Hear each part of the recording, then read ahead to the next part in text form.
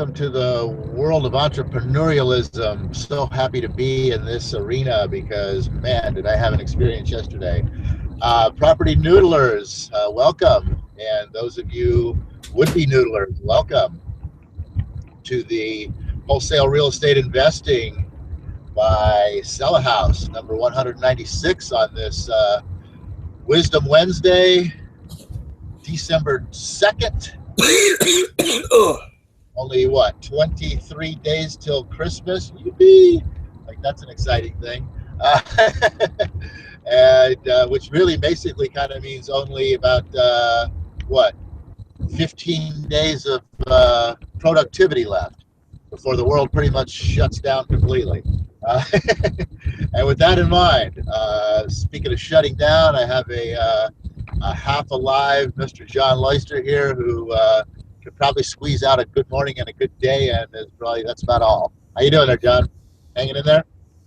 Oh yeah, but I don't want to wish anybody a good morning. I want to wish them a happy day. There you Yes, go. Paul, I have my screen muted because I don't see any reason to subject the world to my hideous head this morning. And just gonna be a kind of a passive listener here on today's hangout because I'm a little bit feeling under the weather. But welcome to the show. It's Wisdom Wednesday, and I'm sure that Paul is going to share some wisdom with us.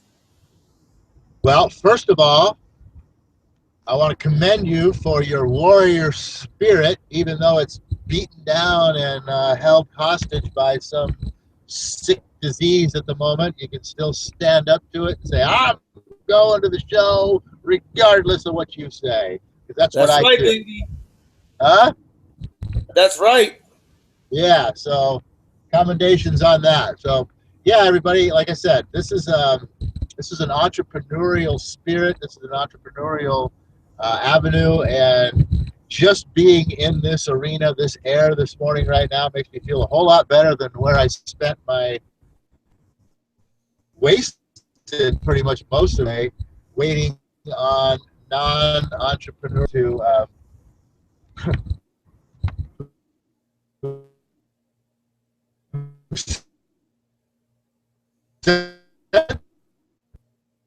they wanted to participate in an opportunity. You know what I'm talking about here.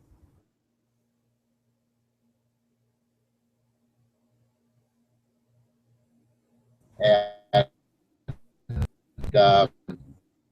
you know, also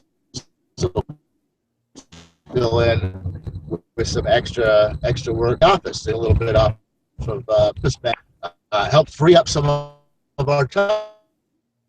Basically, we've built this thing to where our time slots are filled out to the max once again, and so we need to free up some time. So placed an ad and got 27 responses from this ad in one day, and actually in a day and a half, pretty much kind of thing. But 27 responses. Now, I'm a little tricky, sneaky dick kind of a guy, so I put a test in the ad, and it's nothing major. I mean, all I do is ask them to respond a certain way and answer a question in their response. Well, 60% of the people can't even do that, so they're eliminated already. Done. Thank you very much. You lose. Pay attention. It says right in the ad, I'm looking for somebody who can take and follow direction, right? You can't even take and follow the direction that's right in the ad. You're done. So from 27, I have 12 candidates. Out of 12 candidates who I send an email asking them to respond, because I go through a kind of roundabout way that I have to actually turn around and send them an email back and then have them email me back in order. I mean, I could call them, but I like to do the email thing first.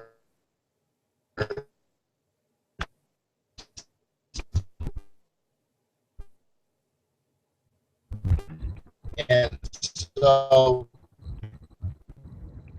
emails, and I'll call them to set it up. Out of the 12, only 9 respond.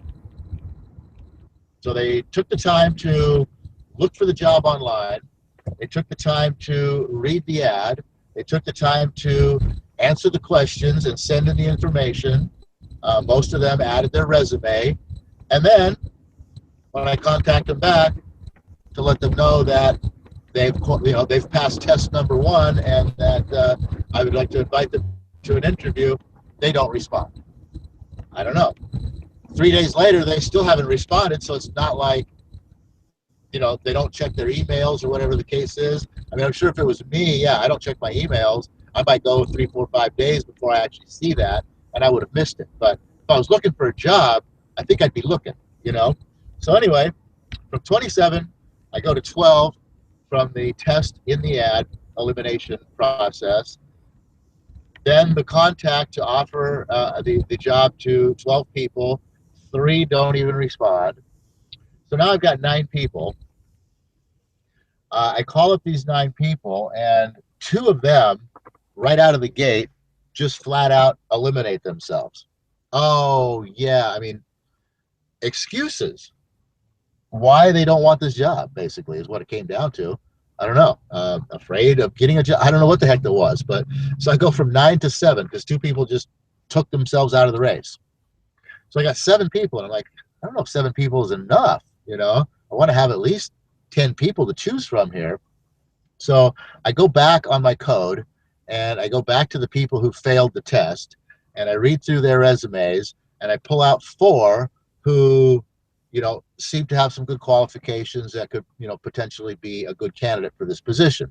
And I go back and I give them a second chance, and I invite them for an interview, and they all accept.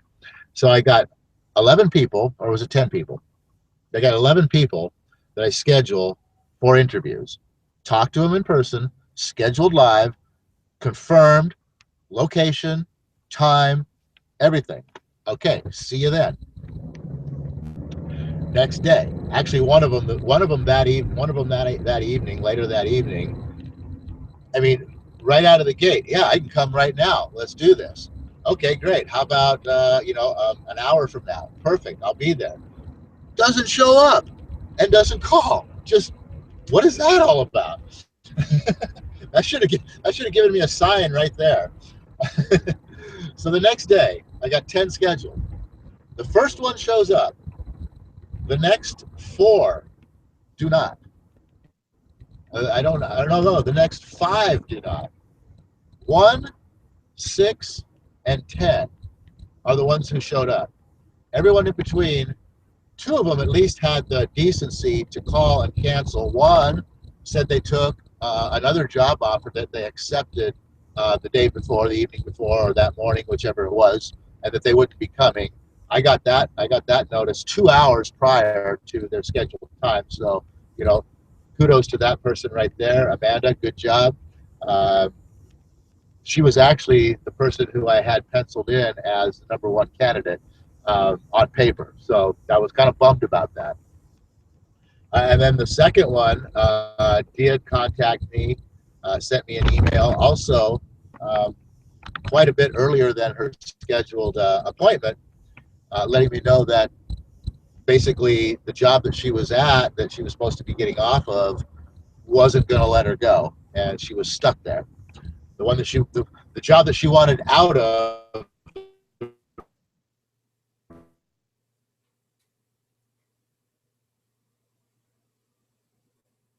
reason why and got fairly highly qualified as a potential candidate, and but her job wouldn't let her go. She wasn't able to make it.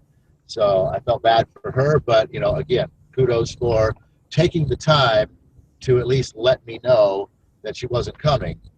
The other, what does that leave? 3, 5, yeah, the other 5 just flat out did not show up. Didn't call, didn't show up, didn't send an email, just flat out didn't bother. And the interesting thing is, out of the 10, that's 6 girls and 4 guys. All the guys, no call, no show. I don't know what's that all about. I mean, is it just a weird coincidence? I don't know. I mean, I look at the whole thing as, it was kind of a waste of my day, but I look at it as, hey, the universe was just making my job easy. Out of the 3 that showed up, 1 took herself out of the running, wasn't willing to sort of step out of her comfort zone and take a risk on a potential, opportunity. Now, I don't know, maybe she didn't see the potential opportunity in it. Maybe it looked too risky to her. I don't blame her for it. She's in a place, but it would definitely come down to a non-entrepreneurial mindset of risk taking. But I don't think that was 100% of it, because I really think that, because I mean, she even said, I am definitely willing to take risk. I just feel like there's a little bit too much risk here for me to go for. So, I kind of wishy-washy on that a little bit. How much risk is too much? Is there too much risk? Um, I don't know. I say that because I mean, I probably took one of the biggest risks ever. I mean, I'm probably not but I'm sure it ranks up there pretty good as far as my stepping out of the box and out of the comfort zone to go start my own business and wholesale real estate flipping and all of that. So, um, to me, there isn't too much risk. The only, I don't know, you can't risk more than it all. So if you're risking it all, that's almost sometimes I think how much it takes to actually make the crossover from, I don't even know what to call the other world, into the world of, the entrepreneurial mindset and success. So you do have to risk it all. You do have to be willing to step out of the box. You do have to be willing to throw caution to the wind. So the interest, like I said, but the whole, just kind of an eye-opening thing to the mindset of the people who don't have an entrepreneurial outlook on life was sort of mind-blowing. I mean, when you get down to it, if you look at that, I mean, 3 out of 27. That's like, I think it came out to 15% or less than 15% of the people are actually willing to follow through and make good. I mean, if you're looking to hire employees, think about that. I'm glad I never took ownership of the paving company back then, because I noticed even back then, and this was like in 2003, 2002, 2003, I think, when I was offered to the ownership of the paving company that I worked for, and I said no, thank you, because even then, good employees was impossible. I mean, I had no clue that I only had 15% of the populace to choose from that were actually worth even giving an opportunity to. But that's kind of what it came down to. I mean, you look at those numbers, out of all the people out there that say they're looking for work and all this stuff, there's only 15% of them that are even worth hiring. That's kind of scary. So all the more reason to adopt the entrepreneurial mindset. Put yourself in a place where, or at least position yourself where you can have opportunity in front of you, out the weism and into the world of, doing it for yourself, surviving off of, your own productivity, somebody else's thumb over you, of being in control of how much life you can actually have by, establishing what your value is. I mean, are you really going to allow someone else to establish what your value is, or is your value really based on your own productivity, what you can do for yourself? And that's the entrepreneurial mindset right there, is just saying, you know what, I'm worth more. I know what my value is. And the only way for me to actually achieve my value, my true value, is for me to, basically put my trust in my own productivity and live off of that.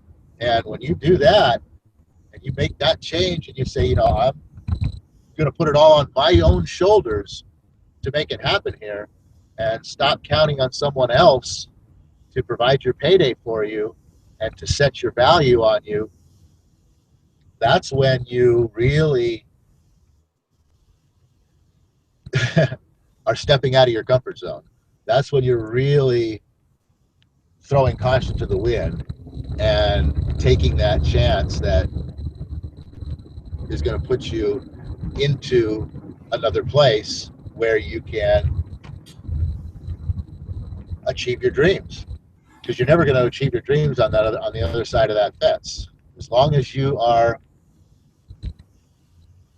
receiving your income from another person or entity and they have set your value, you have no chance.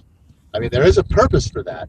And I found something very interesting, because I asked this question of the whopping 3 people that I got to speak to, is that, what is the purpose of having or of getting a job? And there is a purpose behind it. I mean, you got to start somewhere, and you generally, in this lifetime, it takes money. You got to survive. You got to live. So, I mean, a job is a necessary evil that, you must have, that most people at least must have as a stepping stone towards your entrepreneurialism, and your financial freedom. Really is, to me, entrepreneurialism is the path to financial freedom. But in order to in order for most people to get there, we don't have the luck of being, silver spoon type of a person where, you have the freedom and ability to, not have to get a job because, mom and dad can give you the money that you need to go out and do, what it is you need to do, or you're lucky enough to somehow acquire that entrepreneurial mindset at a young age, where you've got some sort of little business on the side going that's enough that you could still live in the basement at home and build something that way. So for most people, a job isn't necessarily evil, but it's nothing more than a stepping stone, and it has to be used in order to be able to ever step off that stepping stone onto the next one. And that's where most people never get the whole concept of how to do it. And it's because part of the reason why that happens that way is because we're not taught how to do that in school. And it's up to us to learn that on our own outside of the school, the educational system. So now there are some lessons within the school system. There is, obviously the information that we get is good information, but we're not taught how to do anything with the information, what to do with it, how to process it, how to determine percentage of it is BS, which probably some of it is realistically. But the use of the information is the key. And so that's where people end up being trapped on that job stepping stone, is that nobody ever takes the time outside of the educational system to learn how the mind works so that you can learn to utilize the information that you put into your mind. And that's where the entrepreneurial mindset, I think, is born out of understanding. And some people don't even realize that they understand how the mind works. They just it just sort of is something that they pick up on and start doing. They don't know why they're doing it, sort of a thing. They just do it. And that's what sort of, propels them towards their success. And it's just something that they picked up on and realized works and continue doing. And that's really what entrepreneurialism is it's experimentation. It's trying things. It's gathering new information, evaluating the information, comparing the information, the new information to the old information, and then looking at, okay, let's try this new information. Here's what I've been doing. Here's the old information, what I've been doing. This information here is new and different, relates to the same thing, but supposedly produces a different result. Well, let me try it. So you go out and you try it, and maybe it produces a different result, and maybe it doesn't. But if it doesn't, so what do? Well, that stuff didn't work. No big deal. Let me go see what else is out there. And if it does work, you go, whoa, check this out. Look at the difference. Hey, I like this. I'm going to continue doing this. And that's sort of, a lot of people have just sort of stumbled into that sort of process and found some things along the way which propel them to a different level of success than other folks. Whereas the general populace that is stuck on that job mindset stepping stone without knowing how to get out of it isn't even looking for that new information. And if it comes, they don't take the time to process it and evaluate it and compare it to the old information. And even if they do that, this is the big piece, is taking the initiative to step out of your comfort zone and actually apply the new information, see how it actually plays out, and then make a decision. Most people will make their decision before actually doing and applying, which is where they get stuck, because that's the level, that's the place right there where it comes down to your personality and who you are and how you were raised and all that stuff. As far as, how much risk are you willing to take, how much chance and fear are you willing to face, and embarrassment and no's and failures and all of that stuff are you willing to take in order to try out this new information? Because that's what trying out new information is. It's stepping out of the comfort zone, and it's taking on your fears and challenging, the status quo to look at something in a different way than the mass the masses do. So that's why I love being here in, like I say, this entrepreneurial atmosphere.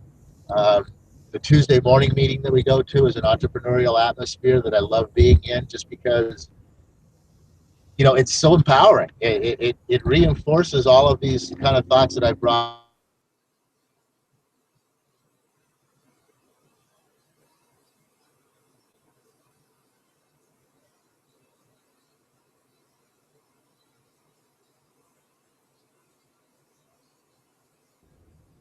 your comfort zone and doing something um, against the status level.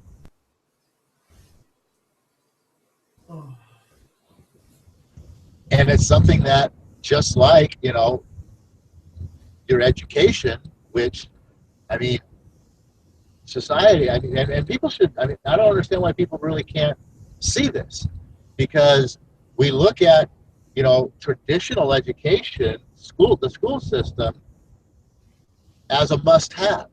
You got to get the education, right? Well, when it comes to the laws of nature and the way things actually work and what it takes to be truly successful, why don't we also think that, you know, we have to get that education? I mean, even if we're introduced to it and we look at it and we go, okay, I'll do this a little bit and see how it plays out. And then, maybe a little try here and a little try there. And then, oh, no, that stuff doesn't work. I'm done with it. If you see the value in it right away, why don't we ever develop that same mindset that we do with the traditional education system of just stuffing information into your head about actually applying and doing something with the information? How come we don't feel like that is something that we actually have to continue with? Why do we feel like that? Oh yeah, I read that book, I know that, I'm done with it, moving on, next. How come we get to that point where, yeah, it's like it's a one-time thing? Oh, I can do this one time and boom, I'm my life with it. It's not. It's an ongoing, day-by-day growth process. That continued new information needs to be flowing into your mind, and not only continued new information, but continued repeated information, because the mind is a very forgetful machine. You might think that you can remember a whole lot of stuff, and you probably do remember a whole lot of stuff, but especially when it comes to new stuff, uh, it's very easy to remember something for 10, 15 minutes and forget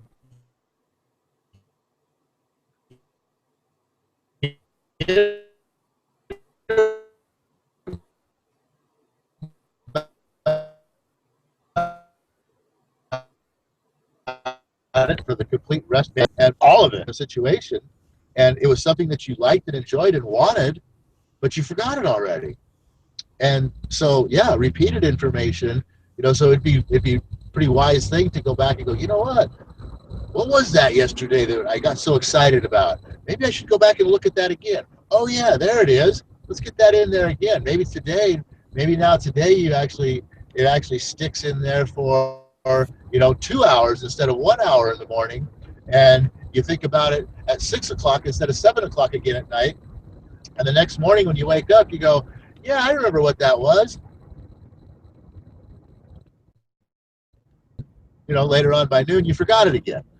So that's how the mind works. So, all of this, that's what the entrepreneurial spirit is the whole idea of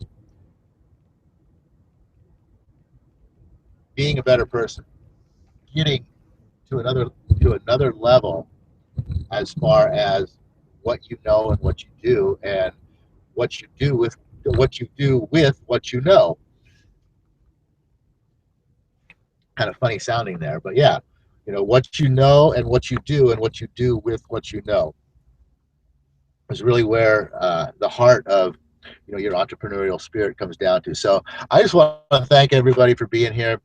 I hope that I've inspired you to drive forward with your entrepreneurial spirit, with your drive to want to be, involved with wholesale real estate investing, with your drive to get out there and find and do deals and learn more information about how to be successful at this.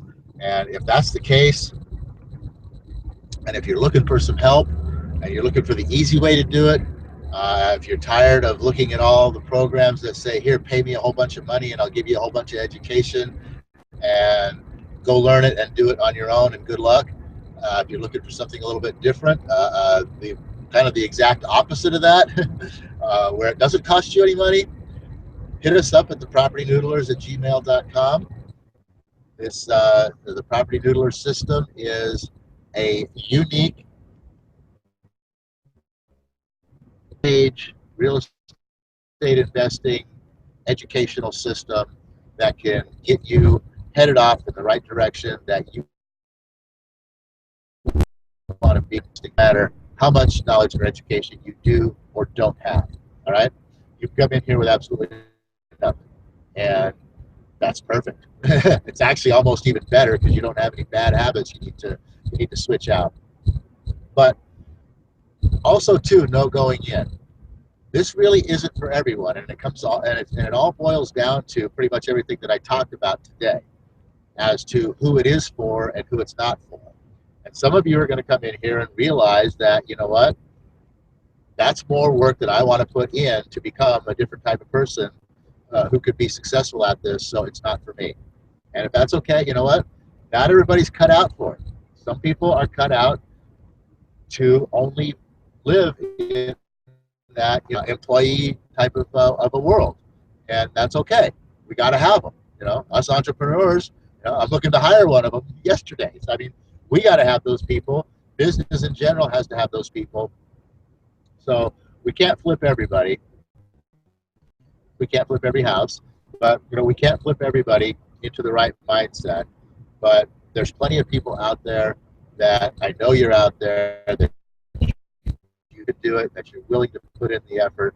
And if you want a little help with it and you want to find the easiest path to it through wholesale real estate, Property Noodlers is the way to go. And with that, everybody, I'm going to call this a day today, unless John's still there and he wants to say something. No, it looks like he's muted himself. So with that, I'm just going to end this as we always do with the Napoleon Hill prayer, which goes, "O universe, I ask not for more riches, but for more wisdom, with which to make better use of the riches given to me at birth, consisting of the power to control and direct my own mind to whatever end I might desire, which is the spirit of an entrepreneur and the life of financial freedom." So with that, on Freedom Friday, look for a Hawaiian shirt, and you have a great couple of days. Get out there, get a deal, get some new information, put something into action, test it out, and we'll see you on Friday. And if you want to join us on the call, Noodlers, team members here, I'd love to have you guys in here, and let's talk about some of the testing and all of that fun stuff. All right, everybody, have a great day.